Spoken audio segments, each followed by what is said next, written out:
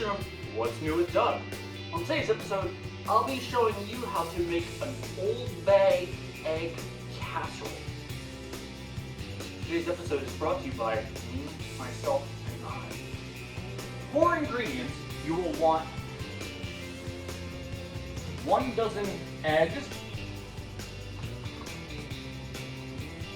2 peppers of your choosing. I just happen to be using an orange pepper and a green pepper. Sorry if my terminology is a little bit off, but peppers are not my specialty. You can also use a red pepper, very good. But I suggest not using a yellow pepper only because when I cook, I'm big into presentation, and you're using eggs. Eggs are yellow. A yellow pepper would blend in with that too easily, and it wouldn't wouldn't pop as well. So that's why I personally would avoid using a yellow pepper. But you do you. Then you will want 1 potato of your choosing. I just happen to be using a sweet potato because I love sweet potatoes. I always make sure I have sweet potatoes in stock in my house at all times because I love having them as a side for dinner whenever I cook. You could also use a regular russet potato as well. That works perfectly fine too. Then you will want 1 pack of bacon. You can use any kind of bacon. I personally prefer to use hickory bacon whenever I do use bacon though. I think it makes a difference, but everyone has their own preference. So whatever floats your boat. Then you want 1 stick of butter. I just happen to be using unsalted butter. You can also use salted butter. Just try not to get stuff that's as salty as some of y'all's attitude. Then you want 2 rolls of croissants. You'll see why later on, but so you'll want that. And then, of course, you want Old Bay. As you can see, I have roughly 8 pounds or 7 pounds or so of Old Bay on my counter. I normally use a pound or so, give or take, in the ballpark a week. A lot of people often tell me there's more seasonings than just Old Bay. And yeah, you're right, I'm not gonna argue on that one. But I just love Old Bay so much where 9 times out of 10, I'm using Old Bay when I cook. Old Bay is the greatest seasoning out there, in my opinion. No ifs, ands, or buts. I love Old Bay. So for the next step, stay with me. For cooking the bacon before adding it to the casserole, you want to take half a pack of bacon, put it on a plate layered with paper towels, so if there is any grease, cook-off, whatever, it all soaks into the paper towels, and then microwave 1 plate for 8 minutes and another plate for another 8 minutes, which is perfect though, because that gives us plenty of time to chop up all the peppers and the potatoes while the bacon cooks. Until then, stay with me.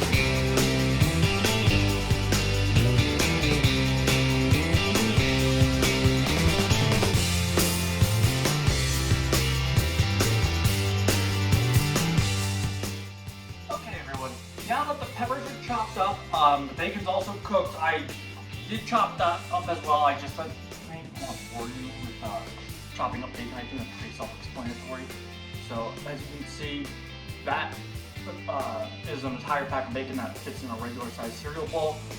I like to stay organized as possible and have everything all in their own bowl. So when it comes time to adding the stuff, I find it a little bit easier. So the next step, it's time to get cracking all those eggs. Once you have all 12 eggs cracked, you want to take 1 cup of Old Bay.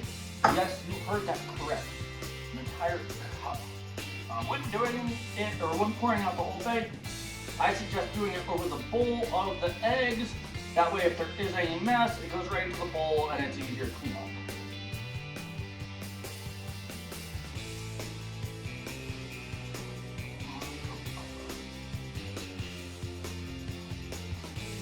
That is another container of Old Bay done. So you want to dump that in and give it a good whiskeroo. While some of you may be saying that sounds like a lot of Old Bay, as I've said in the past, if you're making something with Old Bay, you want it to taste like Old Bay. That goes with anything you cook. Like, you don't want to say, oh, well, I'm making garlic parm wings, but you can't taste the garlic parm. Like, if you're doing something, if you're adding a flavor, you want to make it pop. Make it taste good. Make it taste like the flavor that you're putting in it. Crying out loud, people. Like, no need to go lightly. Like, I understand that not everyone likes Old Bay. Like, I totally respect that. Everyone's entitled to their own opinion, and there's no need to be bashful. There's too much negativity in the world as there is. Don't add to it. But you know, if you're adding Old Bay, like even, okay, I know, I tend to add a little bit more Old Bay than some other people do, just because my tolerance for it is a little bit better. But you still want it to pop a little bit. You don't want to feel like, oh, I can barely taste the Old Bay. If you're saying I can barely taste the Old Bay, then you didn't add enough, in my opinion.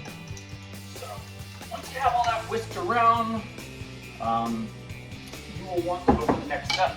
Until then, stay with me.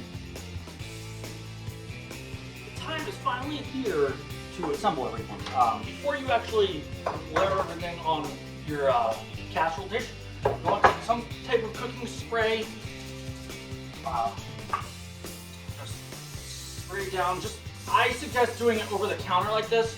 I've accidentally sprayed on my kitchen floor and unknowingly did it, and I slipped, and it wasn't fun. So that's why, at least if you spray it on the counter, I always wipe down the counter when I'm done cooking, so you don't have to worry about any slipping on the kitchen floor. But if you want to take that risk, I don't have any more cheese butter.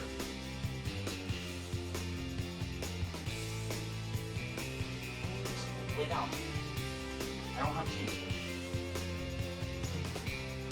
Sometimes this wants to cooperate. As you can see, it's not really doing a good job here.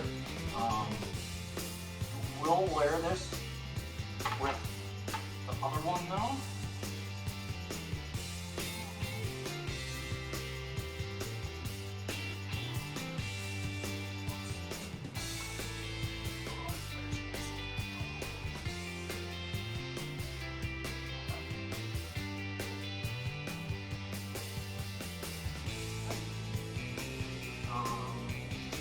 I really like to overhang it a little bit, almost as if you were making a pie. Just make sure there's nothing going over the casserole dish though. You don't want anything to possibly fall off and burn in the oven. And then you want to take half a stick of butter. I know I had a full stick of butter earlier. You can use a whole stick or half a stick, whatever floats your boat. Dump that in there. Take a handy dandy brush, spoon, fork, whatever you have for it. The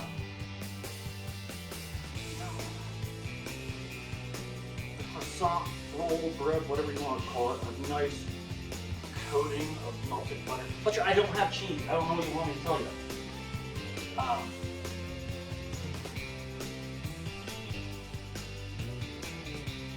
Then you want to take all your ingredients. This is where having everything organized in the bowls help. So I always like to just take it out like those. I'm gonna have to break some stuff up that you may have possibly missed chopping. No big deal. No one's perfect, so.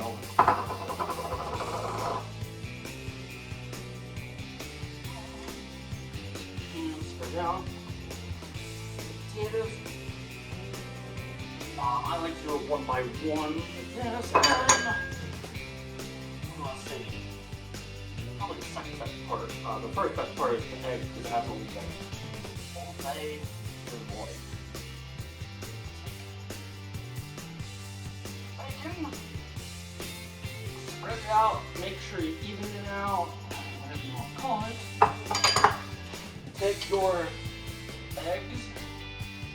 Be careful when you're dumping it or pouring it over. You don't want anything to splash. That would not be good.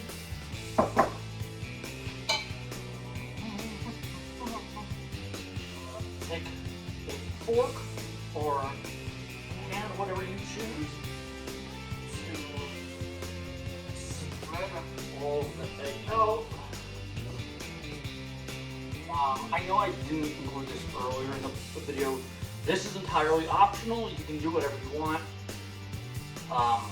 But I also like to add shredded cheese to the top as well. It's shredded, you can't have this.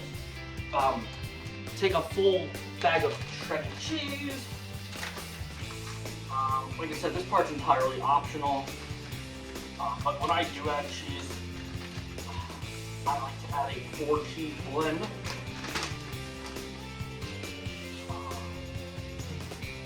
Spread that out real nice and good.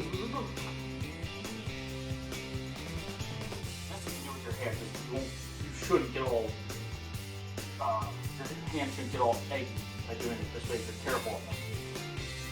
So, you're going to want to bake this at 350 degrees. So, we are going to throw this in the oven at 350 degrees for 45 minutes. So until then, stay with me.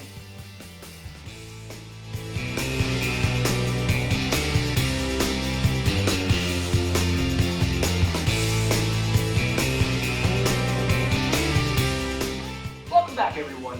And now that it's out of the oven, it's finally time to do my favorite part, and that is eat. So I want to show you what it is. Look at how good it looks inside. And, how I mentioned earlier about the color presentation, as you can see, the green pepper pops out a little bit more. Probably wouldn't really get that if you use a yellow pepper. So let's do my favorite part, and that is eating.